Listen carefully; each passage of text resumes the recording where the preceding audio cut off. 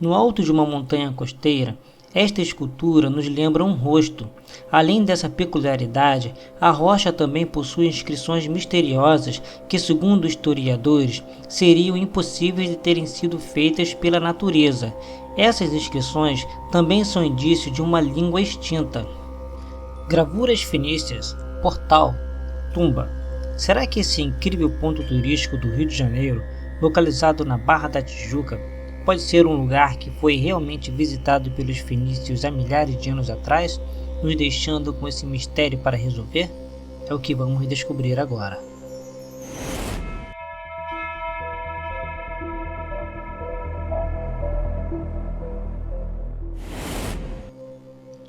A Pedra da Gávea é um dos pontos turísticos mais conhecidos do Rio de Janeiro.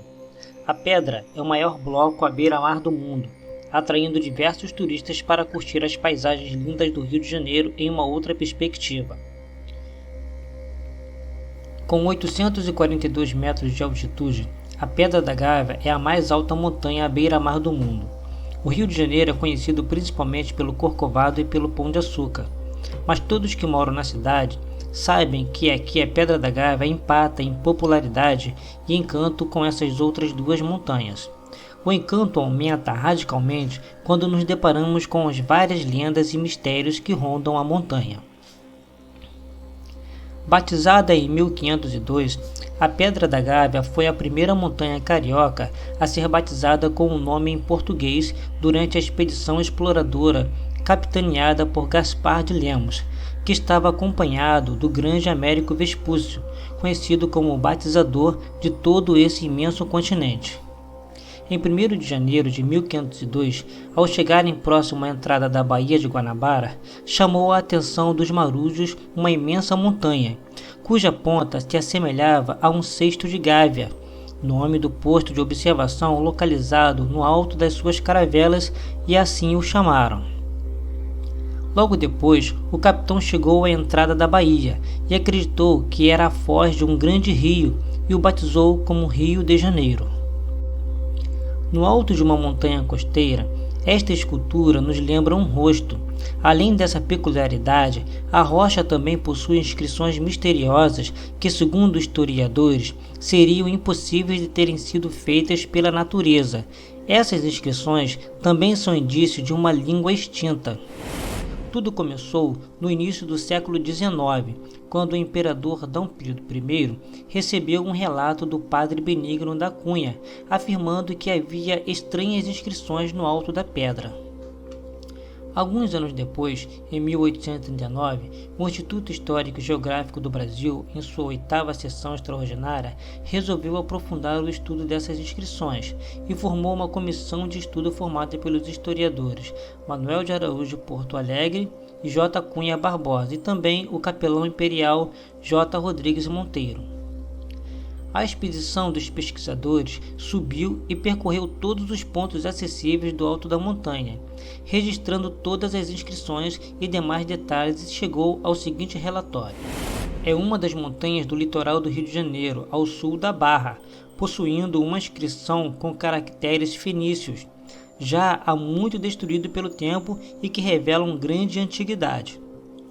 O assunto caiu no esquecimento durante 90 anos, até que na década de 20, o jornal o Globo questionou tal comissão, perguntando se eles realmente escalaram a rocha ou fizeram observação através de binóculos.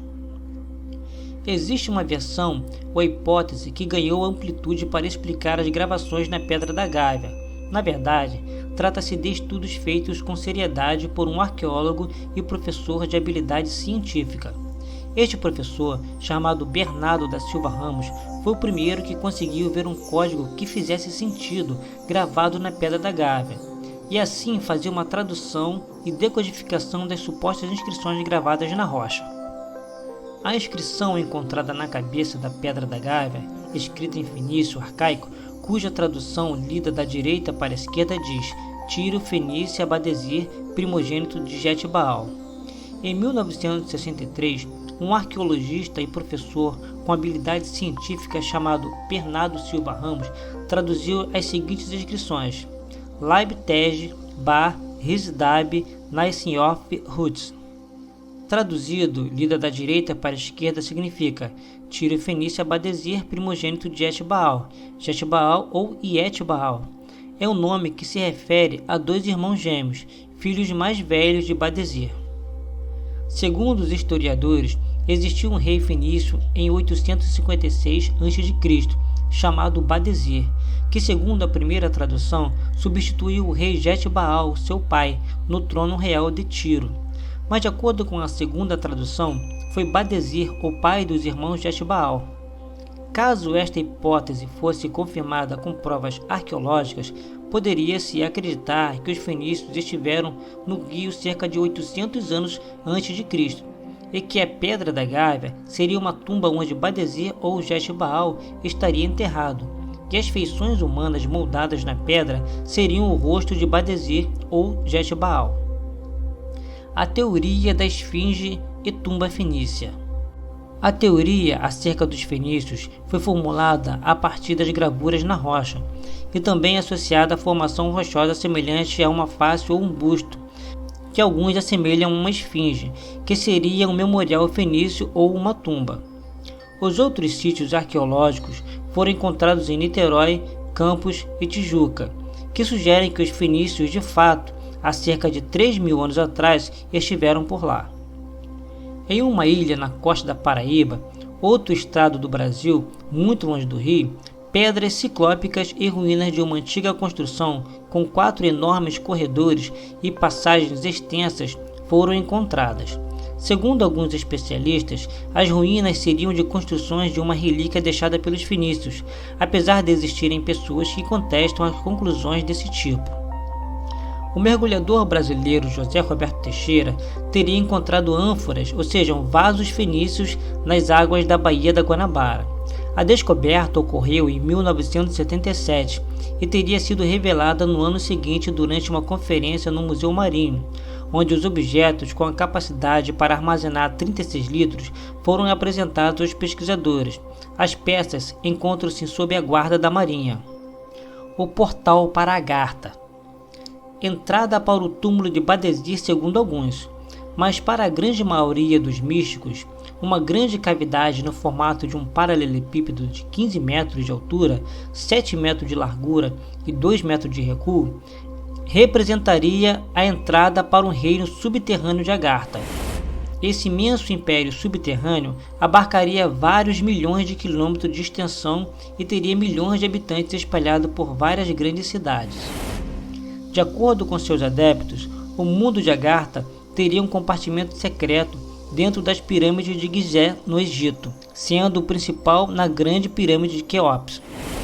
Ainda segundo estes mesmos místicos, o Império de Agartha teria 3 portais de entradas aqui no Brasil, sendo um em 7 cidades no Piauí, outro na Serra do Roncador e o terceiro seria justamente esse portal na Pedra da Gávea.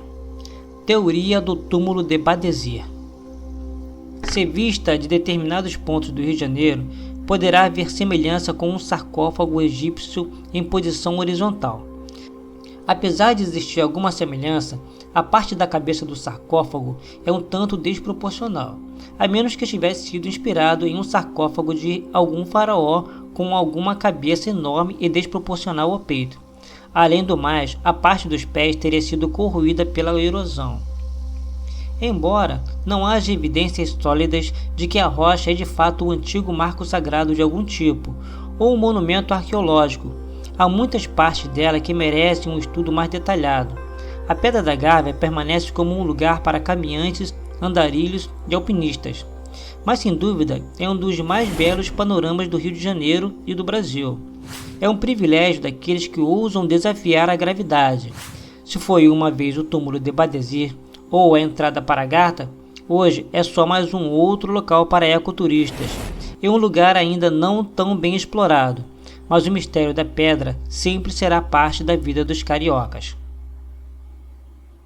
E aí, observador, gostou do vídeo? Então dá aquela força com a sua curtida e aproveita para ver se você já é inscrito no canal e não esqueça de ativar o sininho das notificações.